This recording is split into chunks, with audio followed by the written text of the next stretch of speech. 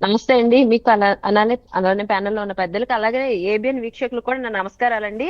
ఈ రోజైతే నేను నిజంగా చాలా రైతులుగా గానే కాదు, ఆంధ్ర పౌరురాలిగా కూడా చాలా సగర్వంగా, సంతోషంగా తలెత్తుకునేటువంటి రోజు. ఎందుకంటే ఎన్నో విమర్శలు ఇప్పుడు నేను నుంచున్నాను, మీరడిగారు. ఇది గ్రాఫిక్ అని. ఈ రోజు చంద్రబాబు నాయుడు గారు స్వయాన ఇక్కడికొచ్చి ఓపెన్ చేసినటువంటి సీఆర్‌డీఏ బిల్డింగ్ అండి ఇది. అంటే శాశ్వత బిల్డింగ్.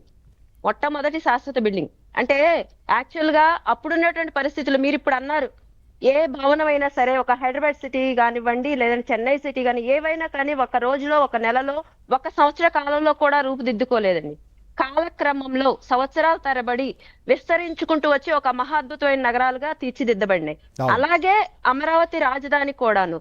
అలాగే చంద్రబాబు నాయుడు గారు కూడాను ఒక రోజు లేదా ఒక నెల, ఒక 2 నెలల్లో అలా పెట్టి ఇలా వెళ్ళిపోయేది కాదు కదా రాజధాని. దీర్ఘకాలిక ప్రయోజనాల్ని దృష్టిలో పెట్టుకొని, రాష్ట్ర ప్రయోజనాలు దృష్టిలో పెట్టుకొని, భావి తరాల భవిష్యత్తును దృష్టిలో పెట్టుకొని ఆ రోజు ఈ నిర్ణయం తీసుకొని ఒక పటిష్టమైనటువంటి కట్టడాలని, అలాగే అంతర్జాతీయ స్థాయిలో, నేను మళ్ళీ అదే మాట అంటానండి, అంతర్జాతీయ స్థాయిలో ఆంధ్ర పౌరులకి, అలాగే అమరావతి రాజధానికి పేరు రావాలన్న దృక్పథంతో ఆ రోజు ఆయన పనిచేశారు. దానికి ఇప్పటికీ కట్టుబడి ఉన్నారు. ఇక గతంలో గనక వీళ్ళు చూసుకుంటే వైసీపీ వాళ్ళు ఏవైతే పరిపాలన భవనాలు ఇప్పటికీ అప్పటి నుండి 2014 నుండి ఇప్పటి వరకు పరిపాలన జరుగుతున్నది అమరావతిలోనే, అమరావతి సచివాలయంలోనే, అమరావతి నేలపాడులో ఉన్న హైకోర్టులోనే, అమరావతి అసెంబ్లీలోనే. అక్కడే జగన్మోహన్ రెడ్డి అనుకో లాస్ట్ 5 ఇయర్స్ పరిపాలన చేస్తూ కూడా గ్రాఫిక్స్ అని చెప్పి మాట్లాడారు. మేము గత 5 సంవత్సరాలు కూడా చెప్పాము, బిల్డింగ్ పర్మనెంట్, పర్మనెంట్ భవనాలు, టెంపరరీ భవనాలు, ఇంకా విస్తృత ప్రయోజనాల కోసం, రాష్ట్ర ప్రయోజనాల కోసం వేరే ఏ, ప్రస్తుతం మనకి నీడ లేనటువంటి రాష్ట్రం కాబట్టి ఇమ్మీడియట్ గా ఆ భవనాలను కట్టి, అక్కడ పరిపాలనకు అవసరమైన భవనాలను కట్టి అక్కడి నుండే పరిపాలన కొనసాగించారు. కానీ పర్మనెంట్ భవనాలు ఉన్నాయని చెప్తూ ఉంటే దాన్ని కాదని చెప్పి, ఎడారి ఇది ఎలా రాజధాని అవుతుంది, ఇది ఎడారి ప్రాంతం అని ఒక ఆయన, అవును. శ్మశానం అని ఒక ఆయన, ఇంకొకళ్ళు వచ్చేసి మరి దాని నిన్నగాక మొన్న ఏది కూటమి ప్రభుత్వం ఏర్పడిన తర్వాత కూడా ఇది వేసేల రాజధాని, ఇక్కడ ఎయిడ్స్ పేషెంట్స్ ఎక్కువ ఉంటారని చెప్పి ఎంత ఆ దుర్మార్గంగా మాట్లాడారంటే, ఆడబిడ్డలు అనేటువంటి కనీస గౌరవం కూడా లేకుండా ఇష్టారాజ్యంగా మాట్లాడారు. ఈ అవును. రోజు మేము చెప్తున్నాం, చెయ్యాలి అని దృక్పథంతో పనిచేసే వాళ్ళకి, రాష్ట్ర ప్రజల మీద, రాష్ట్ర ప్రయోజనాల మీద, భూములు ఇచ్చిన రైతుల మీద చిత్తశుద్ధితో పనిచేసేటువంటి ప్రభుత్వం కూటమి ప్రభుత్వం, అందులో చంద్రబాబు నాయుడు గారు దానికి కట్టుబడి ఉన్నారు. కాబట్టి ఈ రోజు ఈ కళ సాకారమైంది. రేపు ఇంకొకటి, ఎల్లుండి ఇంకోటి. మొన్న చెప్పారు ఐకానిక్ టవర్స్ ఏదో మునిగిపోయినాయి. టవర్స్ అసలు కట్టక ముందే టవర్స్ ఎలా మునిగిపోతాయి? టవర్స్ కట్టాలి కదా. అవును. కట్టాలంటే బిడ్ వేయాలి కదా, లోపల ఫౌండేషన్ వేయాలి కదా. 40 అడుగుల లోతులో కాంక్రీట్ బిడ్ వేస్తుంటే అక్కడ నీళ్లు నిలవకుండా ఉంటే ఆ నీళ్లను కూడా పట్టుకొని అమరావతి మునిగిపోయిందని చెప్పి ప్రచారాలు చేశారు. అవును. ఇప్పుడు అవి చూడండి, డే అండ్ నైట్ పనిచేస్తున్నారు. ఇప్పుడు కన్స్ట్రక్షన్స్ జరుగుతూనే ఉంది. అంటే ముంపు ప్రాంతానికి, నీట మునిగిన ప్రాంతానికి, వర్షం వస్తే వర్షాల్లో పొలాలలో నీళ్లు నిలిచినటువంటి ప్రాంతానికి కూడా తేడా తెలియనటువంటి, కళ్ళు బైర్లు కమ్మిన పోయినటువంటి పరిస్థితిలో జగన్మోహన్ రెడ్డి అనుకో ఉన్నారని చెప్పడానికి అదొక ఉదాహరణ. శిరీష గారు, పొలాల్లో నీళ్లు ఏ శిరీష గారు, మీరు ప్రాంతంలోనే ఆ వస్తాయి. ప్రాంతవాసి, మీరు కూడా ప్రత్యక్షంగా ఆ, అక్కడ ఆ పోరాటంలో భాగస్వాములైనటువంటి వారు. గత ప్రభుత్వ హయాంలో ఏదో నెలకొన్న పరిస్థితులు, పరిణామాలు చూసినప్పుడు అప్పుడేమనిపించింది? ఇప్పుడు ఈరోజు సిఆర్డీఏ బిల్డింగ్ దాన్ని పూర్తి చేసుకుని ప్రారంభించుకున్నారు, మిగిలినటువంటి నిర్మాణంలో ఉన్నాయి, మీరు కూడా చూస్తూ ఉన్నారు, మీ వెనకాల బ్యాక్గ్రౌండ్లో కూడా అవి కనిపిస్తున్నాయి. సో ఇప్పుడు ఎలా ఉంది మీకు చెప్పండి, ప్రాక్టికల్గా ఒక రైతుగా? రాజకీయాలు లేకపోతే విమర్శలు, ప్రతి విమర్శలు పక్కన పెడితే ఎలా ఉంది అసలు మీకు? రైతుగా ఆ రోజు భూములు ఇచ్చిన రోజు మాకు అదే నమ్మకం ఉంది. ఆ తర్వాత 5 సంవత్సరాల పాటు పోరాటం చేశాము. కష్టాలు, కన్నీళ్లు, అవమానాలు, బాధలు అన్ని కూడా దిగమింగుకొని ముందుకు వెళ్ళామంటే మమ్మల్ని బ్రతికించిన ఆ నమ్మకమే. ఖచ్చితంగా మనం రాష్ట్ర ప్రయోజనాల కోసం భూములు ఇచ్చాము. ఆ రోజు చంద్రబాబు నాయుడు గారు ఒక్క మాట అన్నారండి. గతంలో చంద్రబాబు నాయుడు గారు మేము ఉద్యమం చేస్తూ ఉంటే, రైతులు నా మీద పెట్టుకున్న నమ్మకంతో రైతులు భూములు ఇచ్చారు, కానీ ఈ రోజు వాళ్ళు కన్నీళ్ల పర్యంతం అవుతుంటే అది చూసి నేను బాధపడుతున్నాను.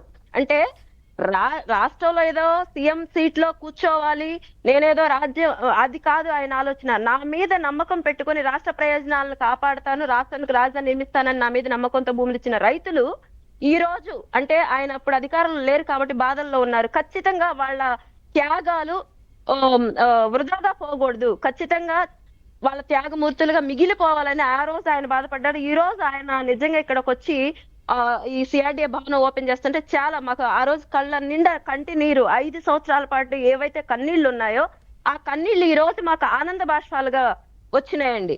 ఎందుకు చెప్తున్నానంటే ఈ మాట, ఒక నాయకుడి మీద పెట్టుకున్నటువంటి నమ్మకం, ఆ నమ్మకమే 5 సంవత్సరాల బట్టి, నేను రాజకీయాలు మాట్లాడటం లేదు. ఏ నాయకుడినైనా ఎవరు గుండెల్లో పెట్టుకుంటారు? ఖచ్చితంగా రాష్ట్ర ప్రయోజనాల్ని, భావితరాల భవిష్యత్తును కాపాడే నాయకుడు మనకంటూ, ఫర్ ఎగ్జాంపుల్ మన తండ్రి మన ఫ్యూచర్ కి ఏదో కడతారు, ఏదో సంపాదిస్తారు, మన భవిష్యత్తు బాగుంటదని చెప్పి మన తండ్రి మీద మనం ఎంతైతే నమ్మకం పెట్టుకుంటామో, అలాగే రాష్ట్రానికి సీఎం సీట్ లో కూర్చున్నటువంటి వ్యక్తి మీద కూడా అదే నమ్మకం పెట్టుకొని ఓట్లేసి గెలిపించుకొని సీట్ లో కూర్చోబెడతాం. 151 ఇచ్చారు మ్యాండేటరీ. ఇచ్చినా కూడా ఆ రోజు ఆయన మీద నమ్మకంతో ఓకే ఒకవేళ చేస్తాడేమో అన్న నమ్మకంతో ప్రజలు ఓట్లేసి గెలిపించారు. నేను రాజకీయాలకు అతీతంగా ఒక రైతుగానే మాట్లాడుతున్నానండి. ఆ రోజు ఆయన చెప్పినది చంద్రబాబు నాయుడు గారి కంటే బ్రహ్మాండంగా చేస్తానన్నారు కాబట్టి ఓట్లేసారు, గెలిపించారు. కానీ వచ్చిన తర్వాత రైతులు ఏం పాపం చేశారండి ఈ రాష్ట్రం కోసం?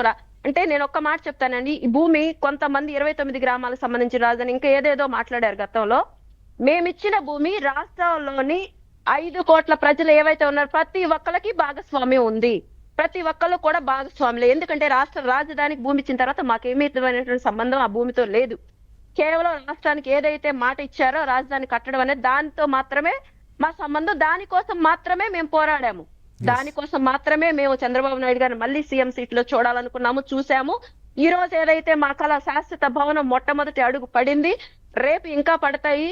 ఎవరైతే అమరావతిని నిర్వీర్యం చేసి అమరావతిని అధపాతాళాలను తొక్కాలనుకున్నారో వాళ్ళే అడ్రస్ లేకుండా పోతారు. ఎందుకంటే అప్పుడు ఇప్పుడు కూడా మేము రాష్ట్ర ప్రయోజనాలే అడుగుతున్నామండి.